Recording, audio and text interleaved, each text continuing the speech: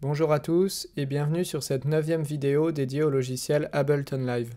Dans ce tutoriel, nous allons voir ce qu'est un filtre et un equalizer.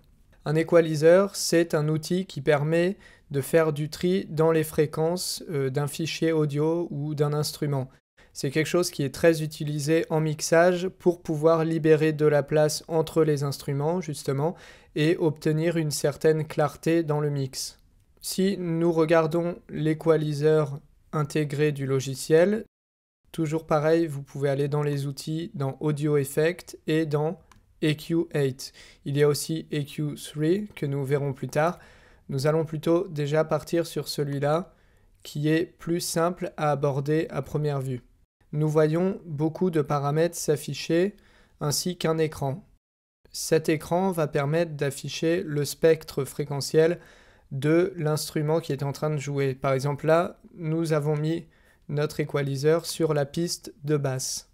Il y a ensuite différents paramètres. Donc si nous voyons déjà ici, c'est la zone fréquentielle. Donc nous voyons par exemple ici 100 Hz jusqu'à 10K, c'est-à-dire 10 kHz.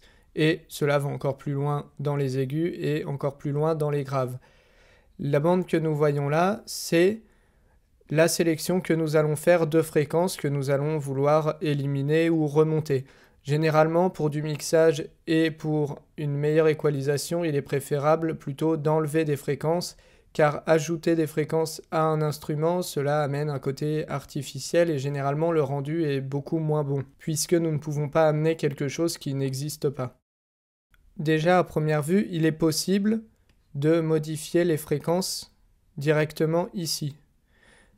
Pour faciliter la vision, il y a un bouton qui est très utile, c'est ce bouton-ci qui, lorsqu'il est activé, permet d'afficher le spectre de l'instrument, de voir ce qu'il se passe et donc de voir quelles fréquences sont jouées par l'instrument et vers où nous pourrons traiter le signal. Par exemple, si j'active ma piste de basse, nous voyons ici s'afficher notre spectre. Un autre bouton qui peut être assez utile, c'est ce bouton d'écoute qui, lui, permettra en fait d'écouter la fréquence que nous sommes en train de cibler. J'explique cela, c'est que généralement, quand on fait du réglage de fréquence, sur la plupart des equalizers, il n'y a pas de bouton d'écoute. Et ce que nous allons faire, c'est relever d'abord les fréquences qui semblent être gênantes pour pouvoir mieux les repérer et ensuite les abaisser pour les modifier. Si je remets ma basse, je peux par exemple monter ici. Là, je vois que les fréquences sont assez fortes ici et assez gênantes. Je peux ensuite les baisser de cette manière.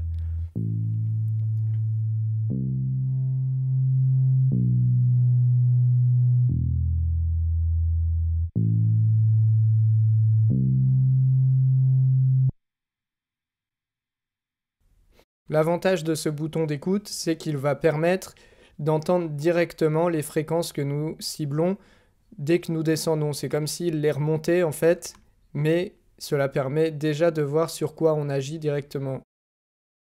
Je vais montrer ça, ce sera plus facile à comprendre. Donc on voit là que la fréquence est remontée alors que je baisse le gain. C'est simplement parce que cela me permet de cibler plus facilement les fréquences gênantes.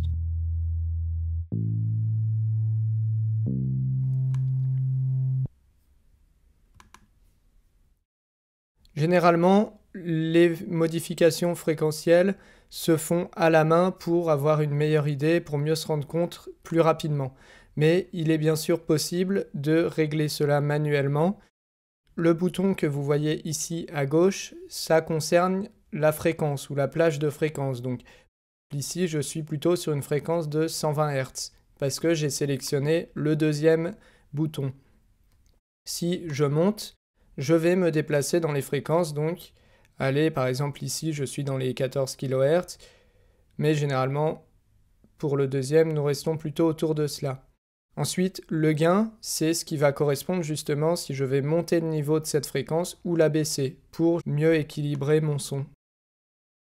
Donc si je l'augmente, je vais monter ma fréquence et si je le baisse, je vais creuser dans la fréquence.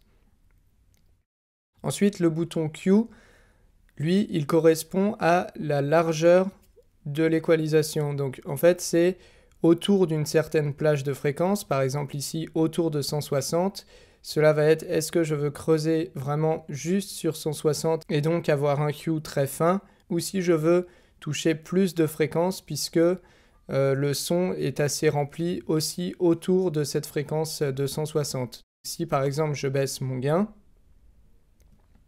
je peux choisir ensuite d'affiner.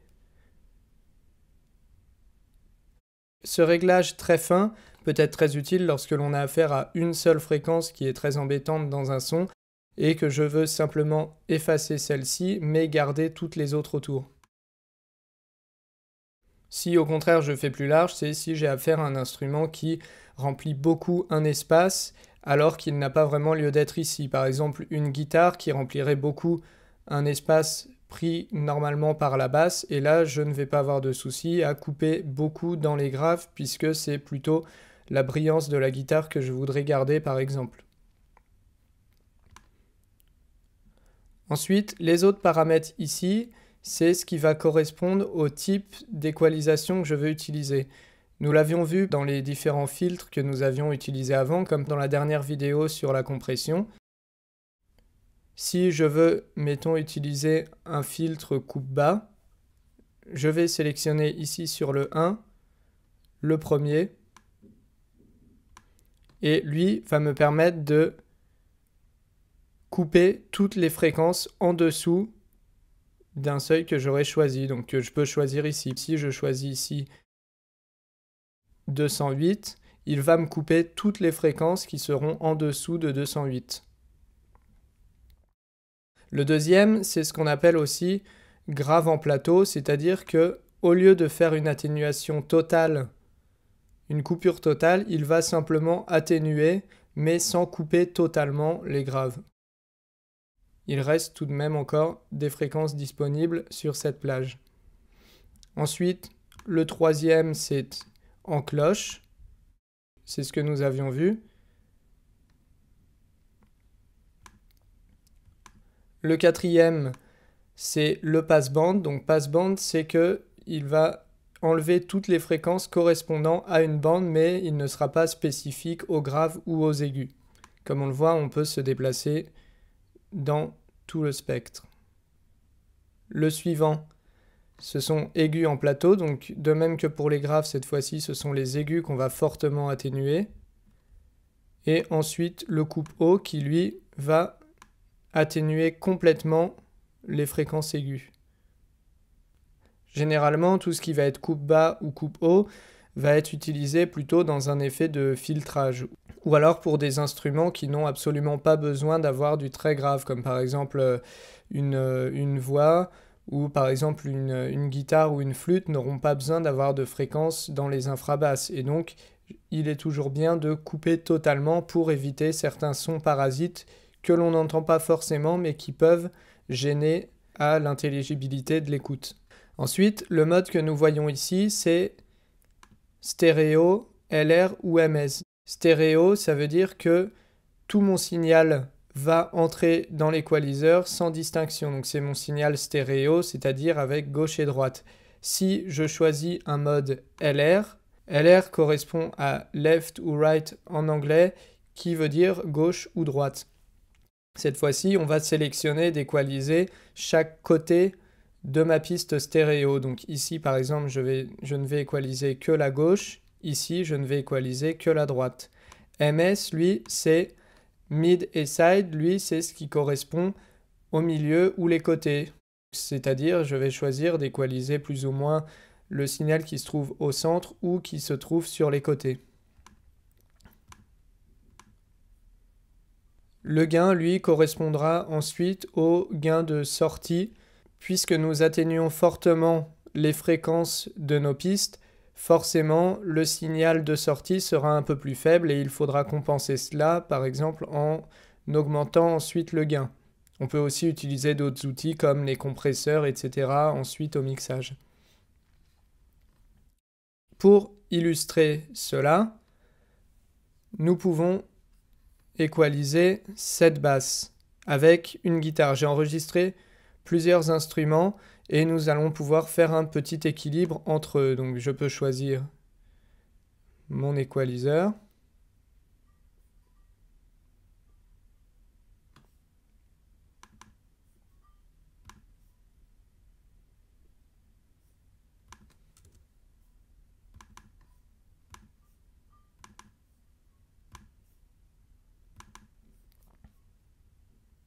Je peux par exemple commencer par faire l'équilibre entre ma première guitare et ma basse.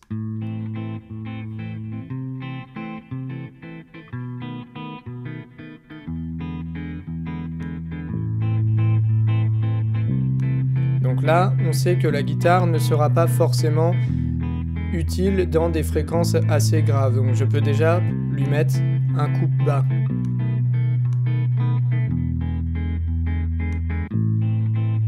Et je peux ensuite chercher les fréquences qui peuvent s'avérer gênantes.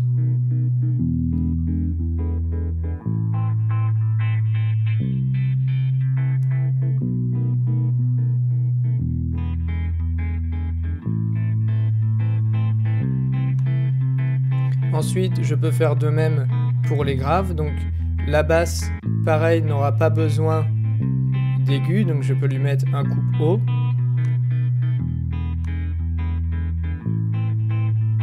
Et je peux atténuer tout de même certaines fréquences qui peuvent être légèrement gênantes. Là, le signal commence déjà à être beaucoup plus précis et on commence déjà à mieux entendre les différentes pistes séparément.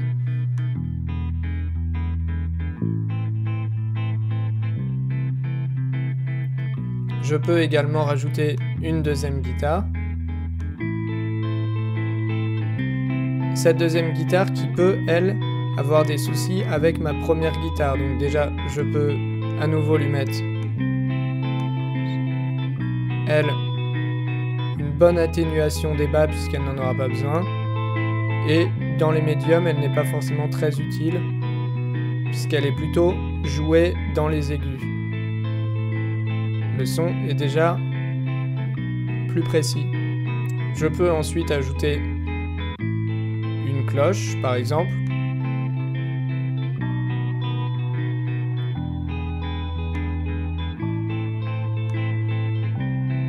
Qui elle aussi a beaucoup de fréquences parasites.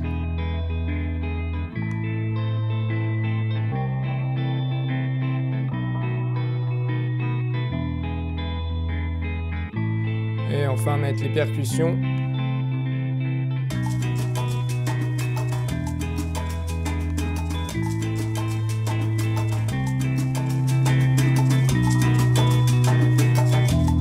On commence déjà à entendre plus précisément les différents sons. Donc il est bien entendu possible ensuite de faire un certain équilibre sonore tout de même. Par exemple baisser un peu la basse, baisser un peu les percus.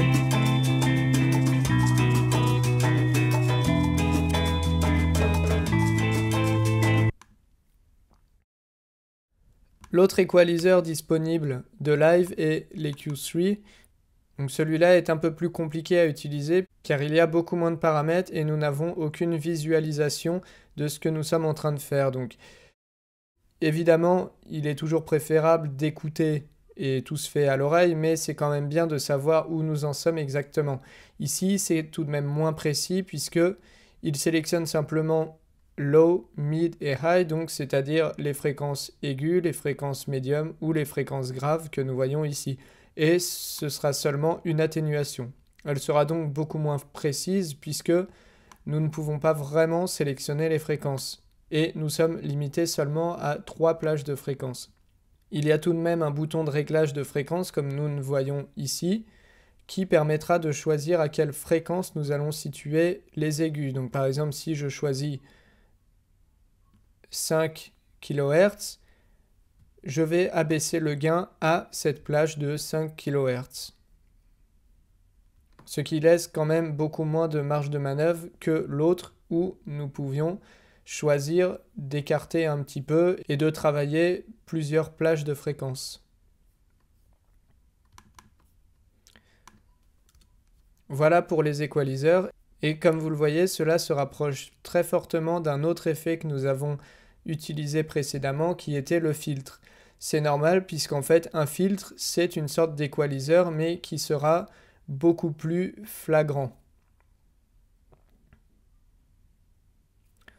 Il y aura donc moins de finesse puisque le filtre lui consiste, comme son nom l'indique, à filtrer le son, et c'est-à-dire qu'il va très fortement atténuer certaines fréquences pour exagérer l'effet, et il sera plus utilisé en tant qu'effet qu'en tant qu'outil pour le mixage.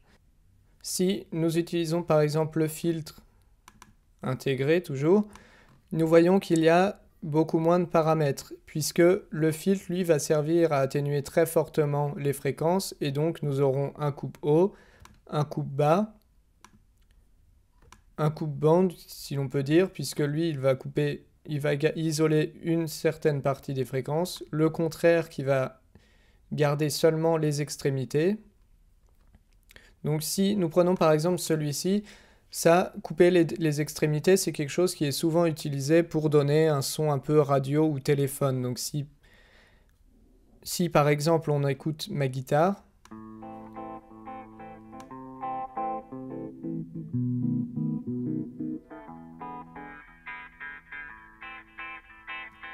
là on entend un son qui pourrait sonner un petit peu vieille radio ou téléphone. Il y a ici plusieurs paramètres aussi, c'est la fréquence que nous pouvons modifier comme tout à l'heure, et la résonance, que l'on appelle la résonance, c'est justement les fréquences que par contre nous allons augmenter, puisque le principe du filtre est aussi de mettre en valeur certaines fréquences et d'en couper totalement. Donc ici par exemple nous coupons toutes les valeurs qui se trouvent autour de 582 Hz, et par contre, nous pouvons aussi augmenter, faire un pic vers les 582 pour l'augmenter encore plus fortement. Ce que nous voyons ici aussi, ce qui s'appelle LFO, c'est le fait d'utiliser un oscillateur basse fréquence pour moduler le son. Et généralement, cela crée un espèce d'effet que nous pouvons appeler wobble ou une sorte de trémolo en fait finalement. Donc par exemple, si je mets ma guitare en marche et que je choisis de régler mon LFO,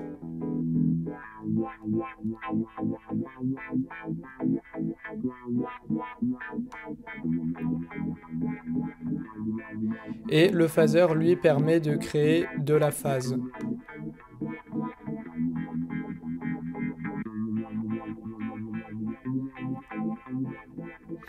Le shape, lui, c'est ce qui correspond à la forme d'onde de notre oscillateur. Donc, il peut y avoir un signal plutôt courbe, un signal carré, un signal en dents de scie, etc.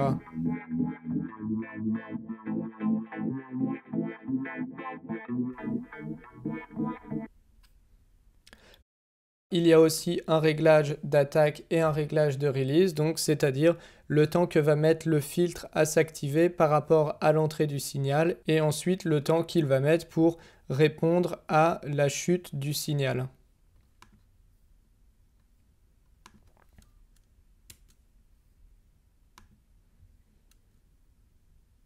Ce tutoriel est maintenant terminé.